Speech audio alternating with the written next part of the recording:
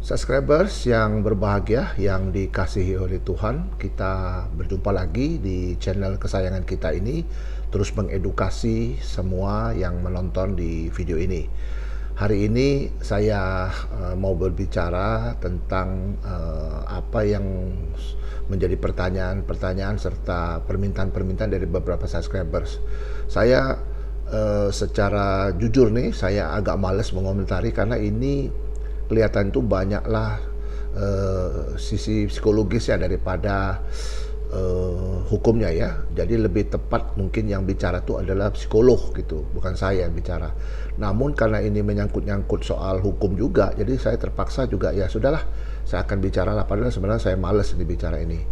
Yang dipertanyakan kepada saya itu adalah seputar kejadian yang terjadi di Surabaya itu ya, yang menimpa saudara Ivan. Kita tahu semua itu viral banget ya, karena dia telah melakukan suatu perbuatan ya yang masuk dalam kategori perundungan anak ya. Memang kalau dari sisi dari sisi ininya ya, hukumnya itu memang masuk itu unsur-unsur itu, yaitu perundungan anak. Tapi saya tidak akan berbicara masalah itu karena itu sudah jelas itu sedang diproses oleh aparat kepolisian ya. Pak Ivan Sugianto itu telah ditangkap, telah diproses ya. Kita lihat saja nanti, kita tunggu ya apa yang menjadi hasilnya nanti. Kita kawal supaya ini bisa mendapatkan kepastian hukum, keadilan bagi semua pihak ya. Itu yang terjadi ya. Nah, sekarang ada pertanyaan lagi, Pak. Kenapa kok sampai seperti itu kejadiannya ya? Pertama yang harus saya sampaikan juga ya, proses hukum ini memang sedang dilakukan oleh aparat kepolisian ini menyangkut masalah anak-anak ya. Kalau masalah anak-anak ya, sebenarnya lebih pas ini yang bicara ini adalah psikolog. Di dalam literatur yang saya baca ya, yang ini akan saya jawab sesuai dengan pengetahuan saya saja. Yang saya baca itu bahwa anak-anak itu sebenarnya harus dibentuk karakternya pada saat dini ya, artinya usia dini.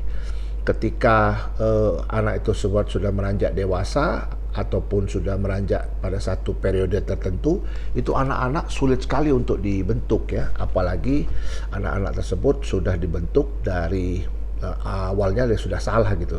Jadi ada dua hal penting menurut saya ya, kalau saya baca literaturnya itu. Pertama, kita sebagai orang tua ya, jangan sekali-sekali itu over provided. Artinya apa? Over provided itu artinya kita memberikan kepada anak kita itu yang sebenarnya dia belum perlu tapi kita kasih gitu loh. Contoh misalnya anak itu belum perlu dibelikan rumah atau dibelikan kendaraan ataupun dibelikan motor gitu. Belum pada saatnya tapi kita belikan gitu karena permintaan yang bersangkutan gitu ya, dari anak tersebut.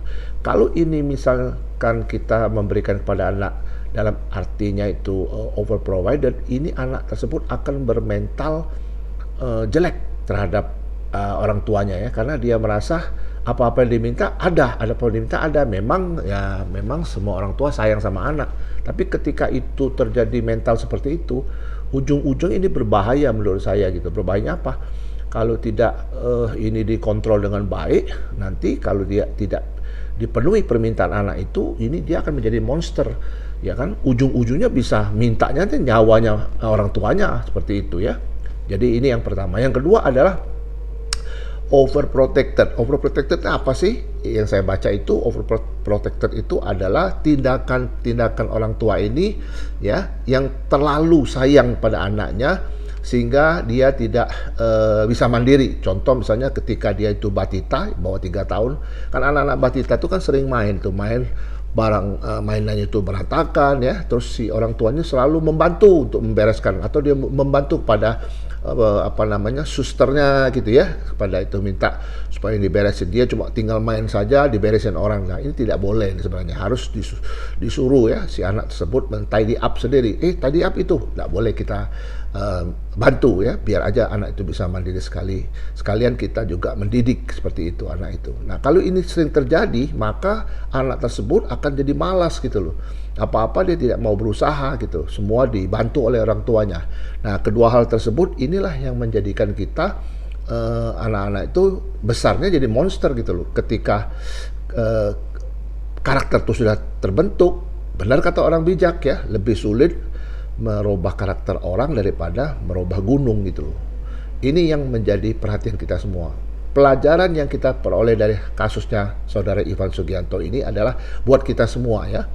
Kita harus belajar banyak dari cerita ini karena Saudara Ivan ini nampaknya ya telah melakukan hal yang sudah di luar batas ya kewajaran terhadap anak-anak, sehingga dia dikenakan pasal-pasal yang berkenaan dengan perundungan anak ya.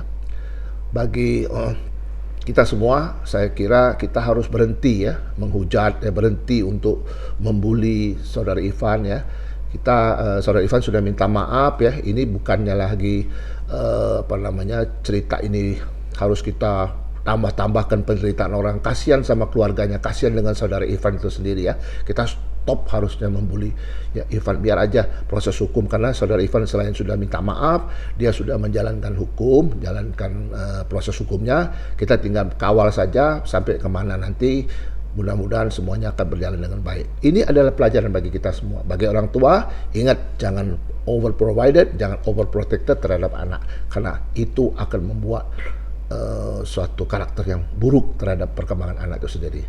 Terima kasih bagi yang penanya, bagi subscribers ya. Saya berharap semua menjaga kesehatan, kita terus bekerja dan sukses.